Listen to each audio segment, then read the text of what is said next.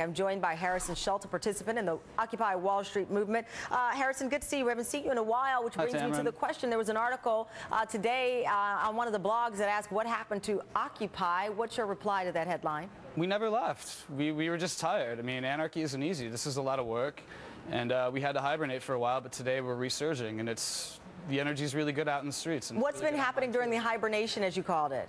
We got organized. We got to know one another's skill sets better. We became a tighter community, and we came up with some plans. What are the plans? Everyone's got their own plans. I mean, I can only really speak about myself, of course.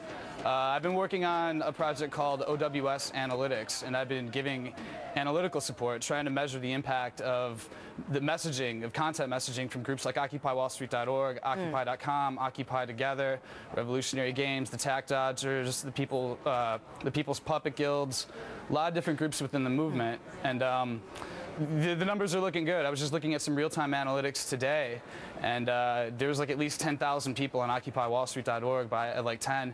Numbers on Occupy Together were surging, so things are going really well. And I've got survey research out on all those websites as well. Okay. And people are taking it, and I'll be spending a lot of sleepless nights analyzing that data, looking for ways to bring traffic away from your networks towards ours. We want to certainly hear some of that data because, as you well know, there is a great debate over if the Occupy movement has had a real impact. As you well know, Citigroup, the board members voted not to give its CEO this huge pay package, multiple millions of dollars, and some said that maybe that was an overflow from the Occupy movement, that this world of people getting 24 and 30 million, excuse me, dollar packages certainly is up for debate more than ever.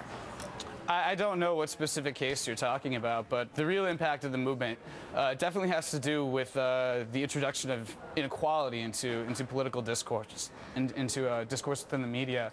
This round, I think for phase 2, I think what we're going to see, I think the story is going to have more to do with oppression, stories about our freedoms being taken away, which is happening all over. Real quick, though, you know, obviously you've got the general election coming up, and many people wondered if you and some of the young folks out there who are participating, and we saw people from all age groups, but if you would turn this into action when it comes time to vote, that we would see a focus on getting people out to vote wherever you choose to do or whomever you choose to vote for.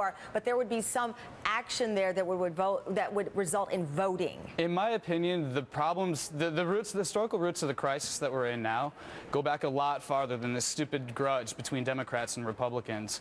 The problem here is capitalism. That's what needs to change. That's what's failing all these people. So I personally don't care about this election. I know other people are working on it, but I'm looking at far more radical alternatives than political alternatives.